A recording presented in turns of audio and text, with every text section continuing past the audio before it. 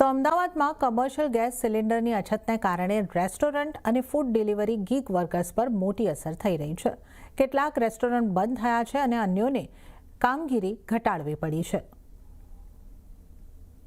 અમદાવાદમાં આ પ્રકારના તમને રેસ્ટોરન્ટ જોવા મળશે જે અમુક ગેસથી ચાલે છે, પાઇપલાઇનથી, પરંતુ અમુક કમર્શિયલ સિલિન્ડર સાથે ચાલે છે।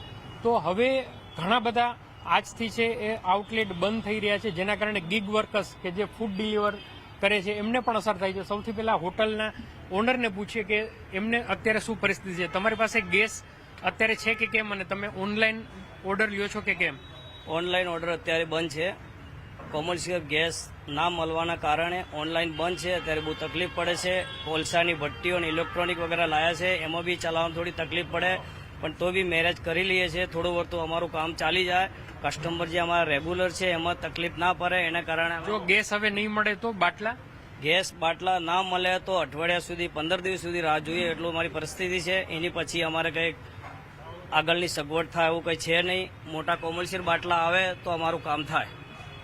એક જે ફૂડ ડિલિવર રાઇડર છે એ આપણી સાથે છે। તમારા ઓર્ડરમાં તમને શું લાગે છે, કેવી પરિસ્થિતિ થઈ છે? પહેલા વધુ થઈ ગયા હતા તો ઓર્ડર, હાલ હમણાં ઓછા થઈ ગયા છે। હવે ખબર નહીં આગળ કેટલા ચાલવાના છે ઓર્ડર, અને ક્યાં સુધી આવું રહેશે કંઈ ખ્યાલ નથી એવો તો કંઈ।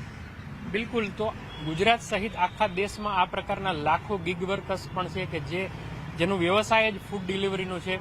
તો જો ગેસ સિલિન્ડરની અનઅવેલેબિલિટી વધતી જશે તો આ સમસ્યા પણ એ રીતે વધતી જોવા મળશે। કેતન જોશી, અમદાવાદ। તો અમરેલીના